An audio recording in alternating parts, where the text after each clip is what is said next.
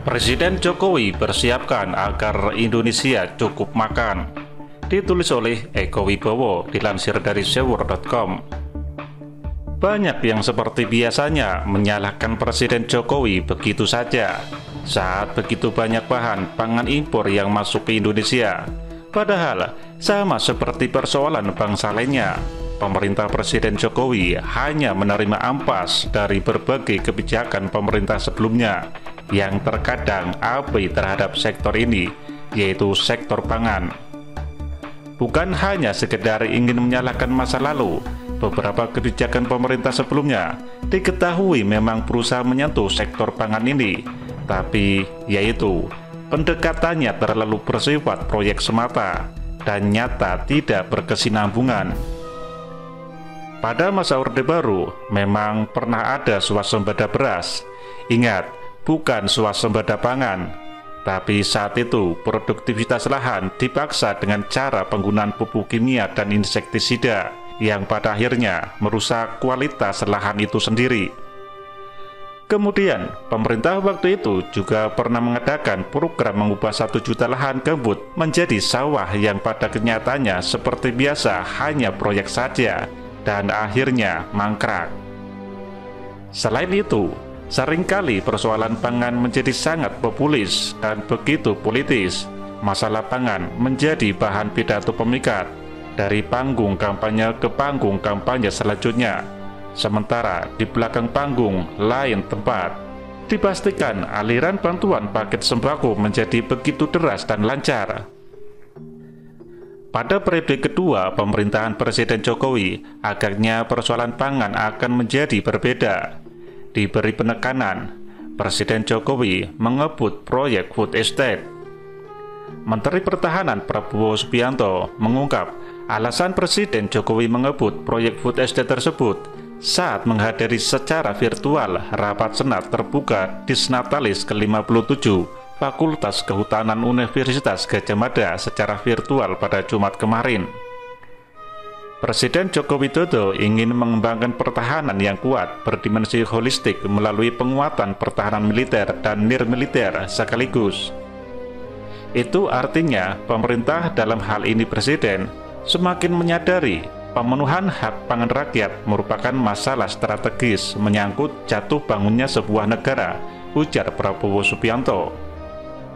Ketua Umum Partai Gerindra itu juga menambahkan bahwa masa depan adalah masa perebutan sumber pangan.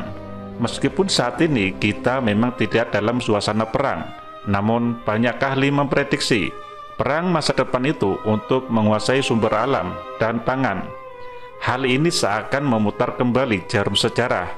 Bukankah kolonialisme bangsa Eropa dahulu masuk ke Indonesia pada awalnya untuk mencari komoditas pangan, yakni rempah-rempah, kata Prabowo. Lebih lanjut, Prabowo meminta dukungan dari berbagai pihak untuk mewujudkan kedaulatan pangan.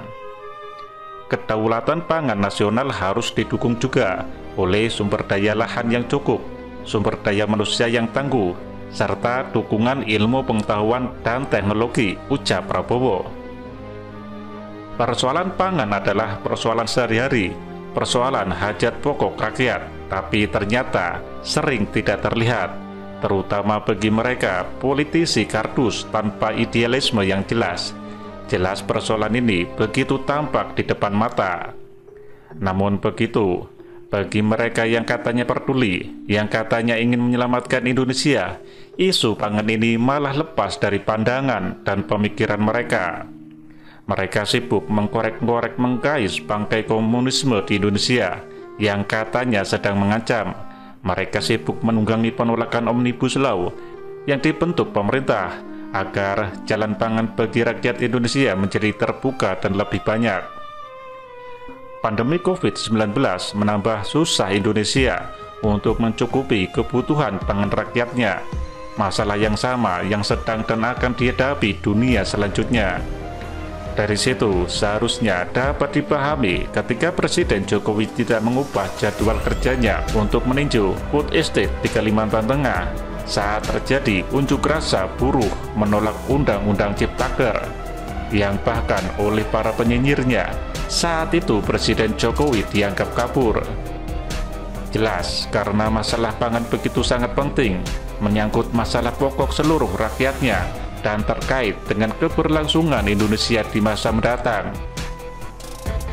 Nah, sekarang menjadi lebih jelas siapa negarawan yang memikirkan rakyatnya, dan siapa yang tidak bisa melihat masalah yang begitu besar dan mendesak, juga tidak siap dengan segala solusinya, yang kemudian malah hanya mencari-cari masalah lain yang tidak begitu penting untuk sekedar eksis demi pencitraan dan mencari modal hanya demi meraih kekuasaan per 5 tahunan. Kini bisa dipahami kenapa terkadang Presiden Jokowi terkesan begitu keras kepala.